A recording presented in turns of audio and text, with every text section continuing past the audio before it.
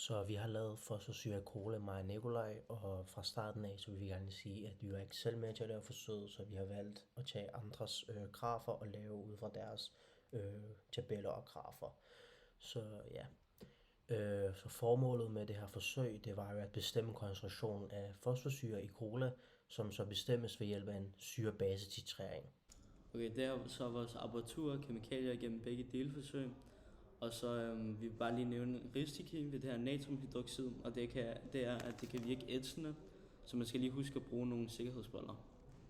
Så i fremgangsmåden lavede vi to dele, en del 2 og en del 3. Og i del 2, der gjorde vi vores pH-meter med de her pH-elektroderne klar. Og til indstilling af den her pH-meter, så fulgte vi den her fremgangsmåde, som jeg vil fortælle om lidt, hvor vi blandt andet gjorde det ved hjælp af en pufferopløsning, altså en opløsning af en svag syre og dens korresponderende base. Så vi afpipetterede først 25 ml af fosforopløsningen, og det overførte vi så videre til en 100 ml bærglas. Og i det bærglas så blev der anbragt en magnet, og den blev placeret på et magnetomrør. Så efter placerede de her pH-elektroderne i væsken, som stod i titrering under hele forsøget. Så startede vi så den her omrøring, hvor vi blandt andet havde fokus på, at de her elektroder de blev ramt af den her magnet. Så tilsatte vi så den her natriumhydroxid, altså 0,100 molær af portioner af en halv milliliter, hvor pH så blev aflæst efter hver tilsætning. Og vi stoppede titrering efter cirka 30 ml af den her natriumhydroxid. I 3 så skulle vi regne den her fosforsyre cola, og først skulle vi afbruste, så vi hældte noget cola op i en måleglas, og så koblede det fast til en vandpumpe for at boble alt det her carbonsyre ud. Og så det varede så i 10 minutter, og så efter de 10 minutter, så var alt CO2'en fjernet fra colaen. Så afmålte vi det i et nyt måleglas, og så lavede vi den her pH-titrering igen.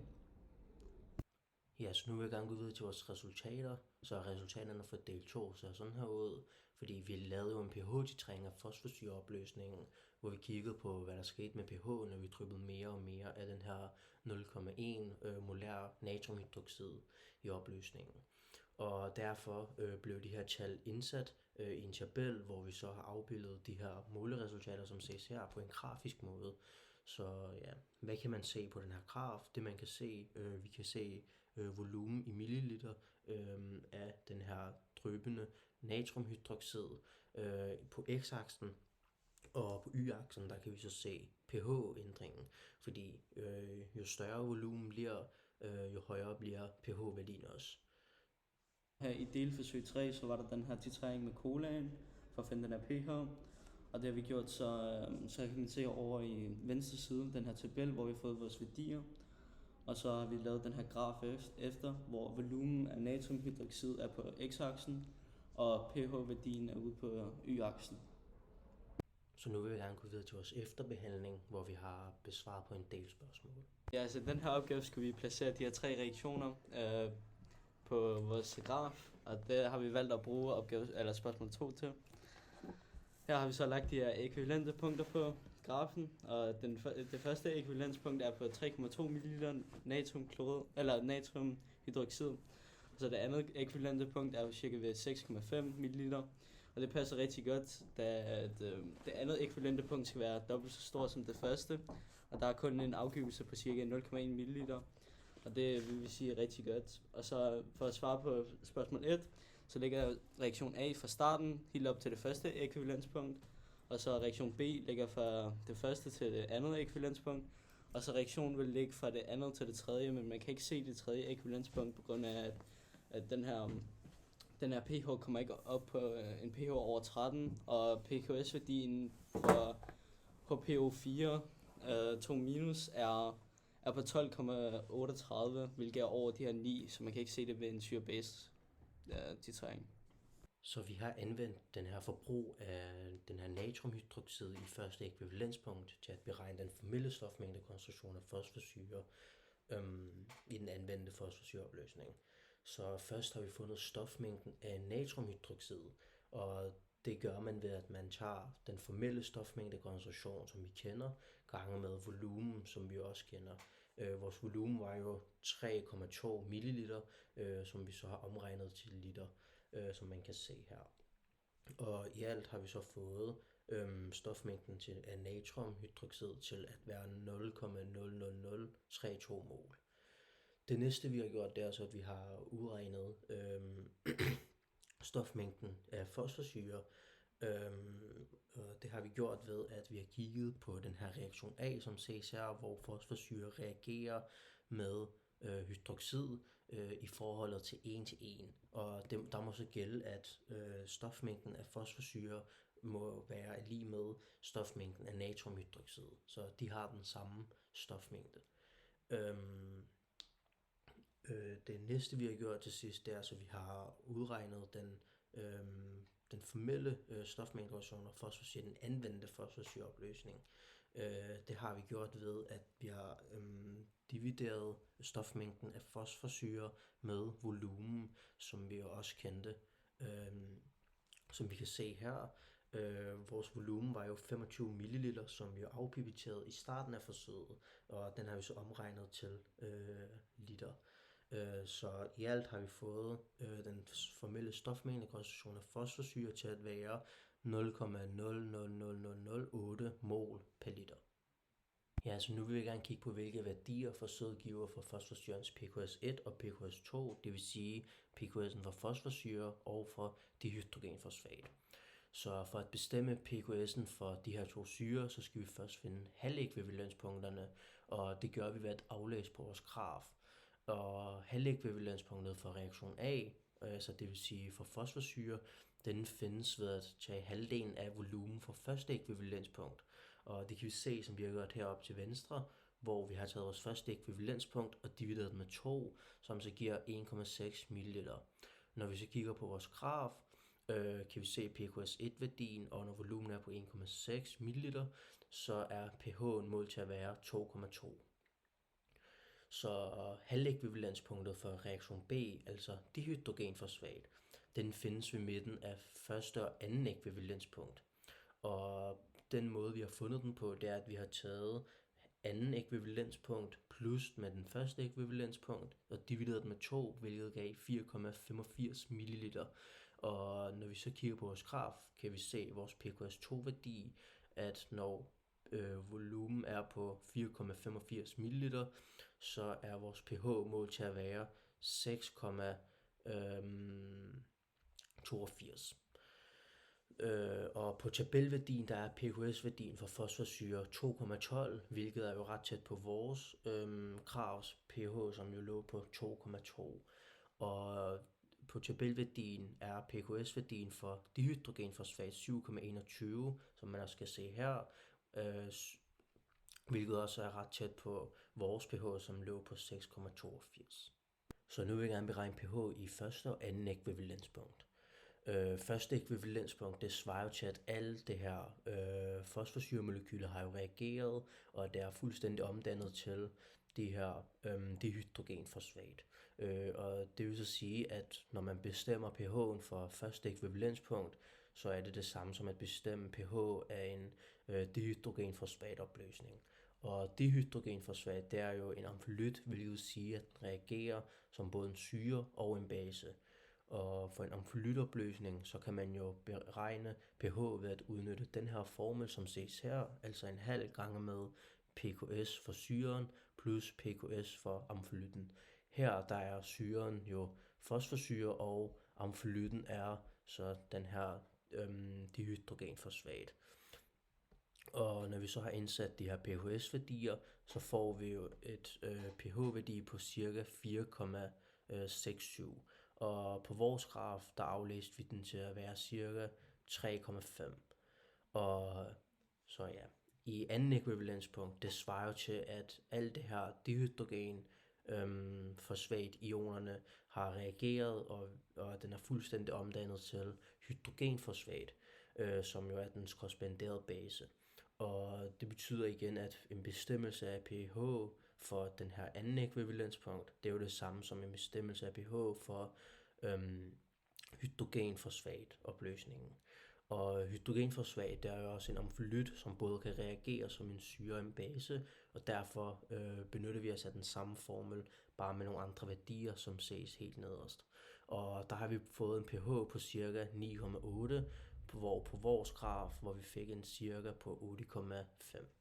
Så en lille kommentar til det her, det er, at vi kan både se i både første og anden ekvivalenspunkt, så ligger de her to tal ikke lige tæt på hinanden, og det kan jo være, at der har været nogle måleusikkerheder, fordi det kan jo være meget svært, og det er også meget grænsende for, hvor lige præcis man kan aflæse de her ekvivalenspunkter.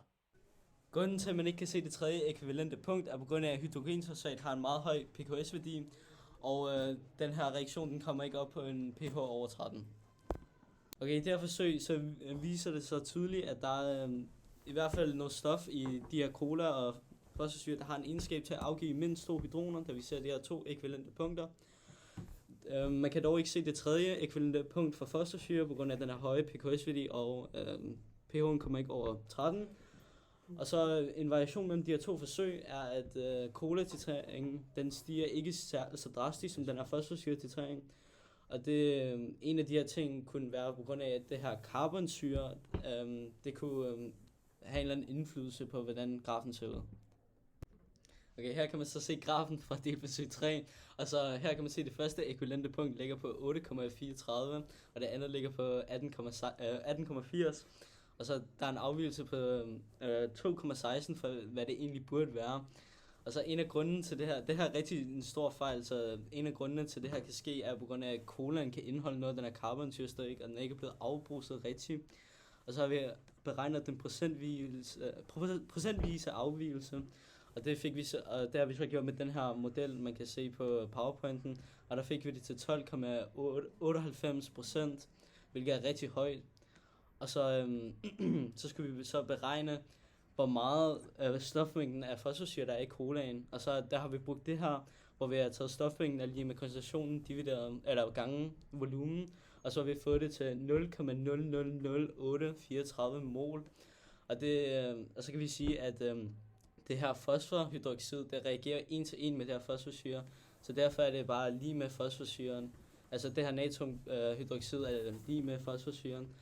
Og så for at beregne den formelle stofmængdekation af det, så siger vi, at koncentrationen er lige med den her stofmængde divideret med volumen. Og så fik vi det til 0,00556 mol per liter. Så nu vil vi gerne beregne colaens indhold af fosforsyre angivet i milligram fosforsyre per liter cola. Så først har vi fundet molarmassen for fosforsyre, og det gjorde vi ved at slå op i bagsiden af vores basiskemibog, hvor vi fandt de her molarmasser yderst til venstre, som ses for hydrogens og fosfors og oxygens. Da der jo er 3 hydrogener, har vi så ganget dens molarmasse med 3, og oxygens molarmasse med 4, fordi der er 4 af dem. Og øverst til højre, der har vi så samlet dem sammen, altså blødet dem med hinanden, og i alt er fosforsyrens molarmasse 98 gram per mol. Vi kender jo også vores koncentration af fosforsyre i cola, som jo var beregnet til at være 0,00556 mol per liter. Og den her koncentration, det kan vi jo gange med molarmassen for at se, hvor meget gram der jo bruges per liter. Og det har vi så gjort her øverst til højre, hvor vi har ganget koncentrationen af fosforsyre i colaen med molarmassen, hvilket gav 0,545 gram per liter. Nu kender vi jo sådan, hvor meget gram der er per liter, og så kan vi jo sådan også lidt omregne det til, hvor meget milligram der er per liter, bare ved at gange det med 1000, fordi 1 gram, det giver jo 1000 milligram. Og det har vi gjort dernede, så vi har fået colaens indhold af fosforsyre til at være 545 milligram per liter. Så ja. I den her opgave skal vi så slå op i EU-listen, hvor meget fosforsyre der egentlig må være i cola maksimalt. Men det kunne vi så ikke, så vi brugte Nykleus her, og den er meget troværdig. Men det giver det per 100 ml, så vi ganger det op med 10 for at få det per liter, så det passer med værdien i sidste opgave. Og så sætter vi det bare ind, så mængden af fosforsyre i cola, divideret med den maksimale mængde, man må bruge i cola, gange med 100%, og det fik vi til 8,72%. Og det er meget lidt af, hvad man egentlig må bruge af det her fosforsyre i cola. Ja, så nu vil jeg gerne kigge på, hvordan det vil påvirke titrækurvens udseende, hvis man undlader at uddrive opløst CO2 inden cola integreres. Så når vi kigger på CO2, så kan vi jo se, at det ikke indeholder nogle H-atomer, og det får jo mig og også til at tænke, at det så ikke kan have nogle syre-base-egenskaber. Men det har den stadig, fordi den jo får dannet noget karbonsyre ved, at den reagerer med vand. Og som vi kan se på reaktionsskemaet her øverst til venstre, så går vand plus CO2, og det reagerer med hinanden og danner noget karbonsyre. Og som man kan se, så er karbonsyren dihydronsyre, hvilket betyder, at den kan afgive sådan 2 hydroner. Og ja, her er det en god idé at kigge på pKs-værdierne for blandt andet fosforsyre, dihydrogenfosfat og hydrogenfosfat samt karbonsyres pKs-værdi. Ja, hvordan titrækurvens udseende vil se ud. Ja, altså i starten så vil pH-værdien være meget lav, og den vil så begynde med at stige, hvilket den også så gør, ikke? Og når den så har nærmet sig en pKs-værdi, så er det så der, som syren sådan afgiver en hydron. Og når vi kigger på de her pKs-værdier her til venstre, så er det så fosforsyre, som har den laveste pKs-værdi, som ligger på 2,12. Derfor er det så fosforsyre, som først afgiver en hydron. Og når den så er på sin pKs-værdi, så er det så der, det svarer til det første ekvivalenspunkt på selveste kurven.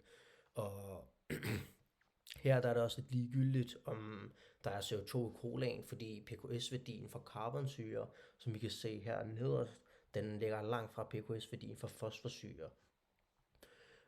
Men det næste hydron, der bliver afgivet, det svarer så til dihydrogenfosfatets pKs-værdi, som jo ligger på 7,21, som vi også kan se. Og det er jo så den her pKs-værdi, der svarer til selveste anden ekvivalenspunkt. Og her der vil kurven til gengæld blive påvirket af karbonsyre, fordi deres pKs-værdi, de ligger sådan rimelig tæt på hinanden. Hvordan den vil se ud, ja, altså omkring anden ekvivalenspunkt, så vil der blive mindre stejl i forhold til, hvis den ikke havde indeholdt karbonsyre. Og det er fordi, der er tilsat for lidt natriumhydroxid, og det betyder, at man skal tilføje mere af den her natriumhydroxid, for at komme over selveste den her anden ekvivalenspunkt. Fordi når man er ved selveste anden ekvivalenspunkt, så er karbonsyre stadig helt færdig med at afgive sin første hydron. Og så derfor skal der mere af den her natriumhydroxid til, at den kan afgive, og på grund af det, så vil kurven sådan være mindre stejl. Og der sker nemlig også en forskydning, og altså grundet dette, så forskydes anden ekvivalenspunkt mod højre, fordi altså natriumhydroxid, det bliver ikke kun tilsat for den hydron, som fosforsyre afgiver, men også for at sådan hjælpe og neutralisere den hydron, som karbonsyren også afgiver. Så ifølge vores resultater har cola 545 mg fosforsyre per liter. Og ifølge vores titreringsforsøg og alt det der, så vil de sige, at de kun bruger 8,72% af den maksimale mængde fosforsyre, der egentlig må være i cola i EU. Så de er langt fra at overskride den her grænseværdi. Ja, og vi fandt også ud af, at første ekvivalenspunkt var den mest effektive til at beregne fosforsyrekoncentrationen. Fordi i anden ekvivalenspunkt, der kan det være svært at benytte det her, fordi karbonsyre og colaen, det kan skabe problemer, og det tredje ekvivalenspunkt, det kan vi jo heller ikke se på kurvene, som vi jo allerede har forklaret før.